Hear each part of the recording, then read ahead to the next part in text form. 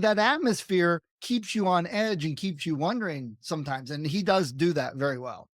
My son and I were talking about, and you can take this to your next literary conversation with these bozos.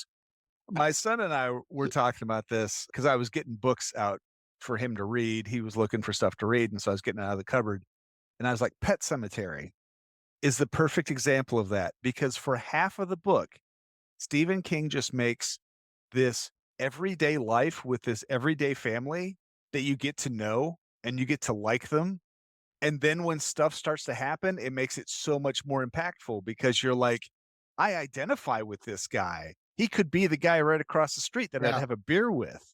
And if you don't have that build up, then you don't have the concern, you don't have the fear for the characters. exactly. Yeah. Yeah. And King definitely is the master of that. Anybody else, that whole first half of Pet Cemetery would have been like 20 pages for anyone else. King can keep Yeah. it going and you don't now. Yeah, it said you and I have read a lot of King. If I read multiple King books in a row, I get really burnt out and I'm like, oh, this is like identical. It's almost a King template. And Yeah. I'll put them aside for a while. But then I always go back and I'm always like, oh my God, this is awesome. Even books I've read. Yep. Yeah.